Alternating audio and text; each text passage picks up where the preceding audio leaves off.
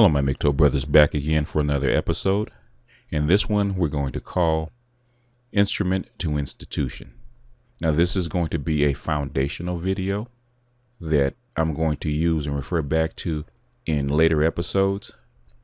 So for all you that aren't interested in theory, you can either skip this one or maybe even bypass this one if you want, because there's going to be very little about MGTOW or women in this particular video.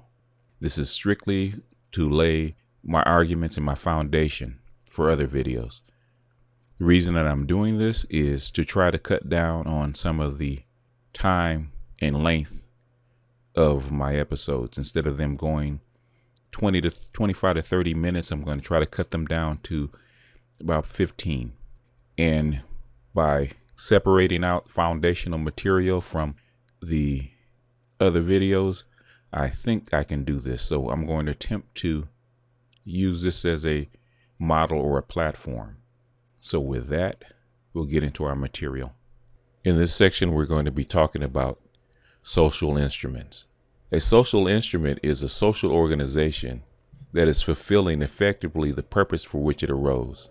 Every instrument consists of people organized in relationships to one another to satisfy a specific human need. Referring back to the diagram from Carol Quigley's Evolution of Civilizations, we see that the natural or physical environment surrounds culture, and that culture surrounds the human beings. Culture acts as a buffer zone between the human beings or human personalities and its natural environment. Culture is the realm where these social instruments or social organizations lie. Using another one of Quigley's diagrams, he describes a range of human potentialities or human needs. And if you look to the far right, you see the sixfold division of human needs. And that sixfold division is what we're going to be using in this particular episode. Sixfold division of human needs. To review, starting with the higher form, intellectual. Coming down, religious. More concrete, social, and economic. Then we go to political and military. The intellectual is the need for human understanding. The religious is the need for human psychological certainty. The social that describes interpersonal relationships between human beings, the need for companionship. The economic is the need for physical or material wealth. The political is the need to organize power. You have to, when you get a bunch of people, you have to organize people into effective groups. And the military is the need for group security. Describing the instruments for each of these particular levels, if the intellectual, you have to have, you have to have a certain instrument or organization to fulfill it, like science or philosophy, or is an instrument for the intellectual, the need for understanding. Christianity or Buddhism would be a social instrument for religion.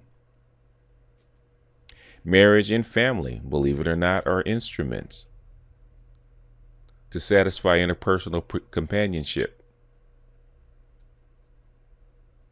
Agriculture or manufacturing is an example of an instrument to satisfy the need for material wealth. Democracy or communism is an example of the political, the need to organize power. Army or police, we don't think of police as being military, but Again, it is the need for group security. In this section, we're going to be talking about institutions. And for our purposes of this discussion, an institution will be defined as thus. An institution is an instrument that has taken on activities and purposes of its own, separate from and different from the purposes for which it was intended. As a consequence, an institution achieves its original purposes with decreasing effectiveness. Every instrument consists of people organized in relationships to one another. As the instrument becomes an institution, these relationships become ends in themselves, to the detriment of the ends of the whole organization. Simply as everything in nature, once created, eventually the creation takes on a life of its own. It wants to live, it wants to continue for its own purposes. Moreover, another reason why every instrument becomes an institution, everyone in such an organization is only human and has human weaknesses and ambitions, or at least has the human proclivity to see things from an egocentric point of view. Thus, in every organization, persons begin to seek their own advancements or to act for their own advantages, seeking promotions, decorations, increases in pay, better or easier assignments. These begin to absorb more and more of the same time and energies of the members of an organization. Finally, why every instrument becomes an institution. The social conditions surrounding any organization change in the course of time. When this happens, the organization must be changed to adapt itself to the changed condition, or it will function with decreased effectiveness. But the members of any organization generally resist such change. They have become vested interests. This process, which we call the institutionalization of instruments, is found in almost all social phenomena. For the institutionalization of social instruments is the most widespread of historical phenomena, and no observant person can fail to notice it. When instruments become institutions, as they all do, the organization achieves its function or purpose in society with decreasing effectiveness, and discontent with this performance begins to rise, especially among outsiders. These discontented suggest changes, which they call reforms. When these suggestions are not accepted or rejected by the established groups who control the criticized organization, conflicts and controversies begin. The discontented seeking to change the organization, while the vested interests seek to maintain their accustomed method of operation.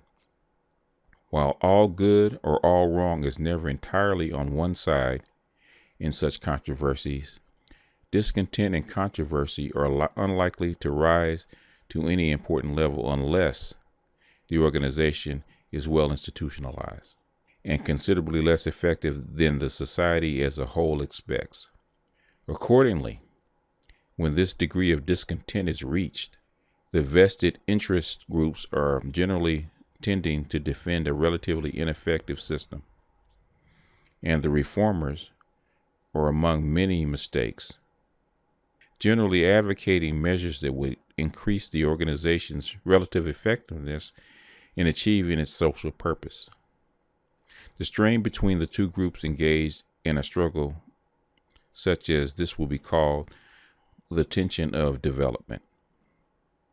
From this tension and its ensuing controversy, there may emerge any one or combination among three possible outcomes: reform, circumvention, or reaction. In the first case, reform, the institution is reorganized and its methods of action change so that it becomes, relatively speaking, more of an instrument and achieves its purpose with sufficient facility to reduce tension to a social acceptable level. In the second case, circumvention, the institution is left with most of its privileges and vested interest intact, but its duties are taken away and assigned to a new instrument within the same society. And the third possible outcome, reaction.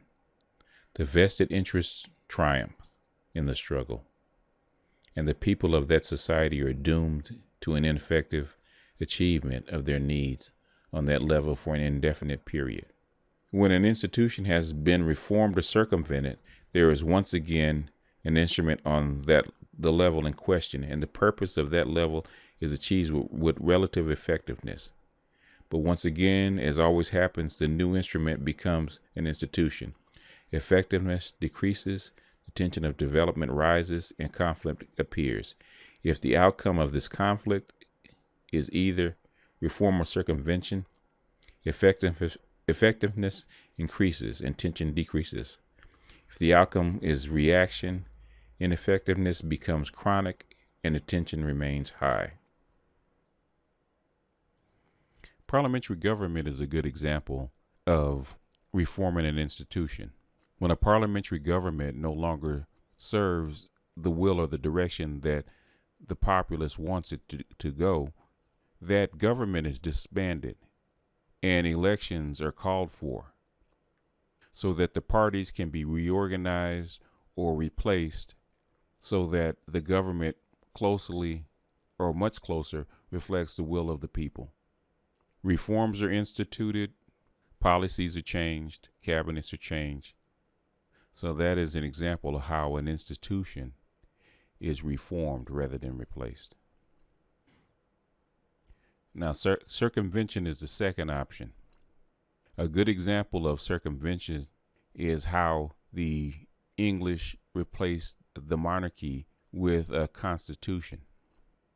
What they did is mostly strip most of the governing powers from the king or the monarch and replaced them or gave them to another instrument, which is the parliament and the prime minister.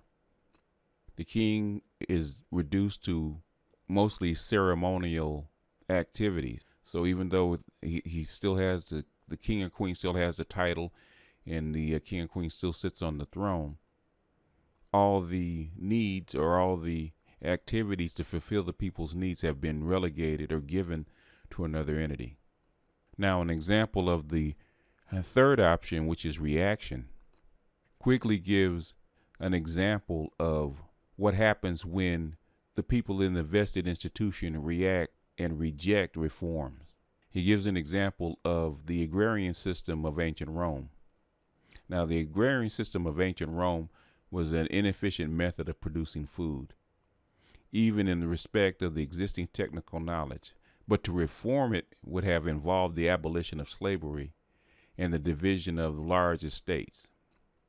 The reformers who wanted to do this were assassinated by the daggers of the landlords, some even on the floor of the Senate itself.